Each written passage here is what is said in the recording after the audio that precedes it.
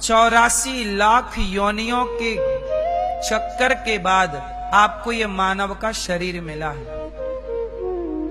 कितनी बार आप कुत्ता बने, आप गधा बने, चमगादड़ बने, चींटी बने, हाथी बने, वृक्ष बने, मछली बने, पशु बने, पक्षी बने, ये सारी योनियां पार करके आज आपको मानव का शरीर मिला है। और ये शरीर को पाकर आप किसके पीछे भाग रहे हो? हाय पैसा, हाय स्त्री, हाय पुरुष। सारा संसार पैसे के पीछे, परिवार के पीछे भागा जा रहा है। क्या आपने मानव शरीर परिवार को पाने के लिए पाया था? क्या मानव शरीर की सार्थकता पति को पाने की है, पत्नी को पाने की है? चलो बताओ, ये मानव शरीर किसे पाकर के सार्थक होगा? पैसा पाकर होगा, परिवार पाकर होगा, या प्रभु को पाकर होगा? यदि परिवार और पैसा मायने रखता तो मीराबाई तो एक राजा की बेटी और एक राजा की बहू थी, पर वो पैसे कौड़ी से मन को हटाकर उन्होंने गिरधर गोपाल से नाता जोड़ा कि नहीं? भगवान से मन लगाया कि नहीं? यदि पैसे को महत्व देती मीरा, तो क्या मीरा के पास पैसे और सोना चांदी की कमी थी? पति भोजराज था, परंतु मीराबाई ने परिवार से, पैसे से अधिक महत्व कृष्ण को दिया। वो जान गई कि भगवान को पाना ही इस मानव शरीर की सार्थकता है। इस शरीर को पाकर आप लोगों से कहूं, ये शरीर को पाकर यदि आपने भगवान को नहीं पाया तो फिर सब कुछ पाना बेकार है।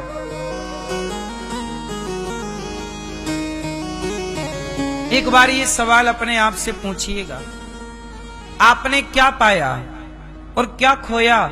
आपने सारा जीवन खो दिया। किस में खोया? बेटा बेटी में। बेटा बेटी में जितना समय खोया, इतना समय भगवान में लगाते तो आपकी गति कुछ और होती। हर व्यक्ति, मेरा बेटा भी भगवान को पाने के लिए ही धरती पे आया है। इस संसार के प्रत्येक 84 लाख योनियां हैं। इन योनियों में किसी योनियों के पास भगवान को पाने की ताकत नहीं है। हो तो बताओ, क्या कुत्ता भगवान को पा सकता है? कुत्ता कर ले भजन, कर ले सत्संग, कर ले कुत्ता दान पुण्य, किसी को खवाए रोटी, कुत्ता किसी का भला नहीं कर सकता। 84 लाख योनियों में कोई भी प्राणी, कोई भी जीव भगवान को नहीं पा सकता। एक मानव का शरीर ऐसा है जिस शरीर को पाकर ईश्वर को पाया जा सकता है। इसलिए ये मानव शरीर जो है, इससे परिवार तो चलाइए, पैसे तो कमाइए, पर ये शरीर की प्राथमिकता भगवान को पाना है। परिवार पैसा तो आएगा ही, जाएगा कहां? अच्छा एक बात बताओ, किसान जब खेत में गेहूं बोता है तो गेहूं जब बोता है तो वो गेहूं के बदले क्या चाहता है? बोलो बोलो मेरी माँ। गेहूं जब बोता है तो गेहूं के बदले क्या चाहता है? गेहूं ही चाहेगा कि कई गुना बढ़ के फसल आए। 1 कुंटल बोया तो 20 कुंटल काटूं। बोलो हाँ। किसान खेत में जब गेहूं बोता है तो वो गेहूं बोता है तो गेहूं ही चाहता है, पर उसे कुछ चीजें फ्री में मिल जाती हैं। बताओ क्या? बोलो। जब गेहूं बोएगा तो गेहूं तो काटेगा, गेहूं तो पाएगा, पर जो भूसा है गेहूं का भूस, वो फ्री में उसे मिलेगा। उसके लिए कोई प्रयास किसान नहीं करता। उसी तरह जैसे गेहूं के बदले उसका भूसा फ्री में मिलता है। ऐसे हम ये शरीर को पाए हैं परमात्मा को पाने के लिए। बाकी ये संसार, परिवार, पैसा तो भूसे की तरह मिलेगा ही मिलेगा, जाएगा कहां। सोचिए हम लोग कितने पीछे हैं। हम लोग परिवार को महत्व देते हैं, पैसे को महत्व देते हैं, पर गोपियों ने भगवान को महत्व दिया। इसलिए द्वापर की गोपियों की बात आज कलयुग में भी हो रही है। इसलिए, और जो पैसे परिवार को महत्व दे रहे हैं उनकी बात पड़ोसी भी नहीं करता। और मीरा ने परिवार पैसे को महत्व ना दिया तो आज तक मीरा की चर्चाएं हो रही हैं। हाँ मेरी मां, पैसा परिवार तो पकड़े ही हो, आपके बाल भी पक गए फिर भी पकड़ी हो, और पकड़े 100 साल अभी और जिंदगी आपको मिल जाए गिफ्ट में, तो उन 100 साल में भी आपका मन हट जाए तो बताना। समझदार हैं वो, एक दिन तो सब छूटेगा, तो समझदार हैं वो कि छूटेगा उससे पहले ही छोड़ दें।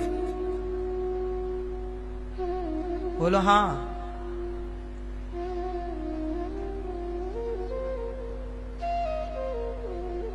जगत को छोड़ देना समझदारी है या नहीं? और भगवान को पकड़ लेना समझदारी है या नहीं? अब आप लोग क्या कहते, बस नाम लेते रहो ना, छोड़ो मत कुछ, पकड़े रहो संसार को, और नाम भगवान सीताराम सीताराम सीताराम सीताराम। अब भगवान बुलाएंगे तो कैसे जाओगी, पकड़ी तो यहां हो।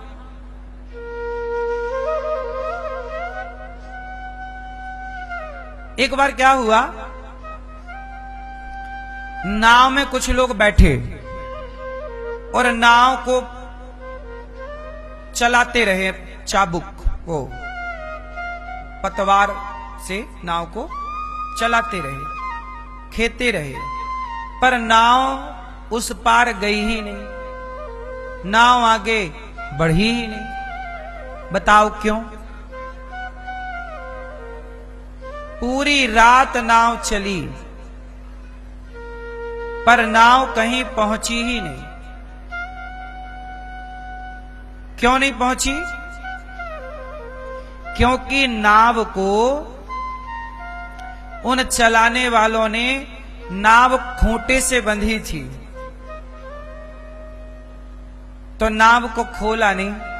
अब मैया नाव खूंटे से बंधी हो और आप पूरी रात नाव चलाओ तो क्या पहुंचेगी? कहीं नहीं पहुंचेगी। ऐसे ही आप जब खूंटे से बंधी हो तो फिर कितना भी भगवान का नाम जप लो, पहुंचना कहीं नहीं है। भगवान का नाम जपना है, नाव को चलाना है, पर खूंटे से भी खोलना पड़ेगा, तब नाव लक्ष्य में पहुंचेगी। मन को संसार के खूंटे से खोलकर जब व्यक्ति भगवान के नाम का आश्रय लेता है तो भगवान तक पहुंचता है। खोले ही ना।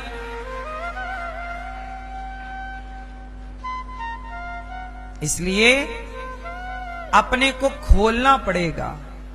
क्या करना पड़ेगा?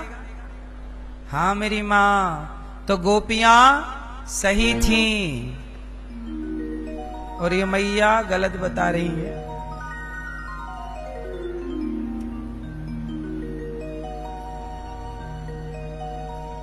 ठीक है, वैसे आप लोगों ने जो अपनी बुद्धि से किया सही है, लेकिन फिर भी आपकी बुद्धि में मैं थोड़ा और मिला दूं ये सब ज्ञान की बातें कि आप लोग इस अज्ञान में मत रहना।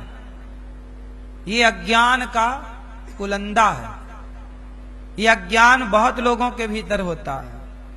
आपसे मेरी यही विनती है, इस अज्ञान को जितने जल्दी हो बाहर निकालो। भगवान बताइए, भरत जी ने, राम के भाई भरत जी ने भगवान के लिए अपना राज्य सिंहासन छोड़ा कि नहीं? यहां तक कि माता कैकई को माता कहना छोड़ दिया, परंतु राम को नहीं छोड़ा। इसलिए ना भरत का नाम आदर से लिया जाता है। रावण ने क्या किया? राम को छोड़ दिया, सीता मैया को चुरा लिया। राम है नारायण, सीता है लक्ष्मी, लक्ष्मी का पुजारी तो है रावण, लक्ष्मी को चाहता है पर नारायण को नहीं चाहता। ऐसे लोग जो केवल लक्ष्मी को चाहते और नारायण को नहीं चाहते, ऐसों की लंका में आग लग जाती है। अकेले लक्ष्मी की पूजा ना करना, रावण ने किया था, नाश हो गया। नारायण के, अच्छा जरा सोचो कि रावण ने राम को भी चुरा लिया होता और सीता मैया को भी चुरा लिया होता और दोनों को चुरा के अशोक वाटिका में रखता, तो बताओ रावण के पुतले जलाए जाते फिर? बोलो मेरी मां। रावण ने यदि राम को भी चुरा लिया होता, बोलो हां, तो रावण का यश घटता कि बढ़ता? पर किसको चुराया? सीता मैया कौन है? लक्ष्मी।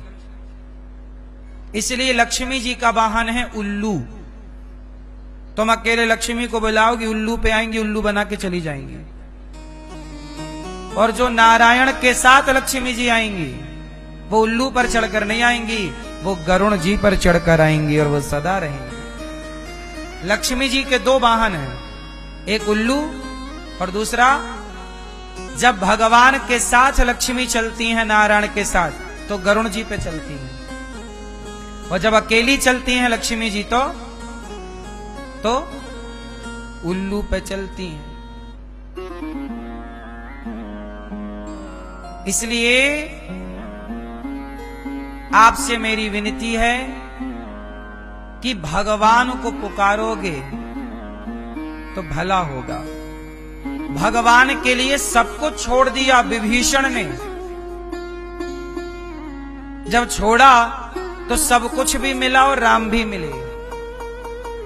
तो जो भगवान की ओर बढ़ता है उसे भगवान भी मिलते हैं और संसार भी मिलता है, और जो भगवान को छोड़कर संसार के पीछे भागता, ना उसे भगवान ही मिलते ना संसार का सुख ही मिलता।